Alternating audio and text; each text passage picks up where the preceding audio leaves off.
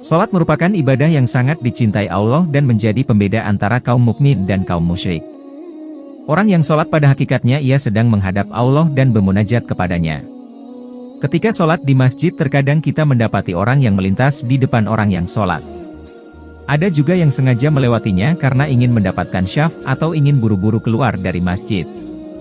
Syariat memberi ancaman serius bagi orang-orang yang sengaja melewati orang yang salat. Berikut sabda Rasulullah Sallallahu Alaihi Wasallam, kalaulah orang yang melewati orang yang sedang sholat itu mengetahui hukuman baginya, maka berdiri, menunggu selesai sholat, 40 tahun lebih baik baginya daripada melewati orang yang sedang sholat.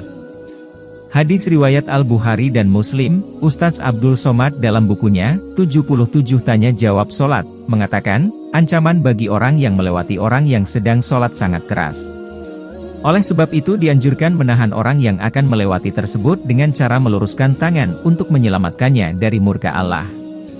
Ustaz Abdul Somad menukil salah satu hadis Nabi.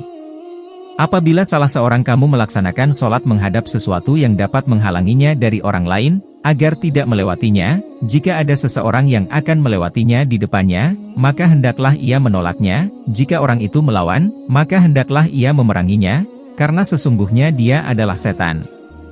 Hadis riwayat Al-Bukhari. Anjuran menggunakan sutra.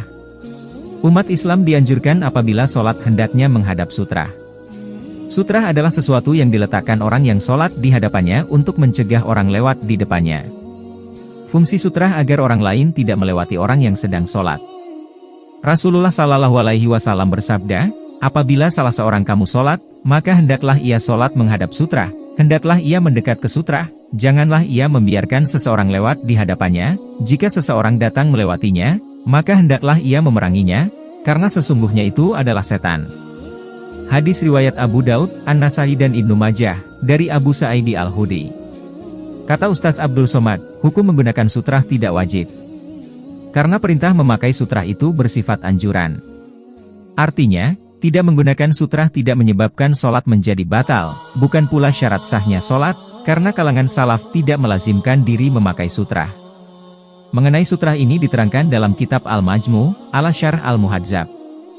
Jika seseorang melaksanakan sholat dengan sutra, penghalang, maka haram bagi orang lain lewat di antara orang yang sedang sholat dan sutra, sedangkan lewat di luar sutra adalah hal yang tidak diharamkan. Imam Al-Ghazali berpendapat, hukum lewat di depan orang sholat, makruh, tidak sampai haram. Namun pendapat yang syahih bahkan pendapat yang benar bahwa sesungguhnya lewat di depan orang sholat adalah haram. Pendapat demikian adalah yang dipastikan, tanpa keraguan, oleh Imam Bagawi dan ulama lain yang ahli memutuskan hukum beserta dalilnya. Wallahu alam.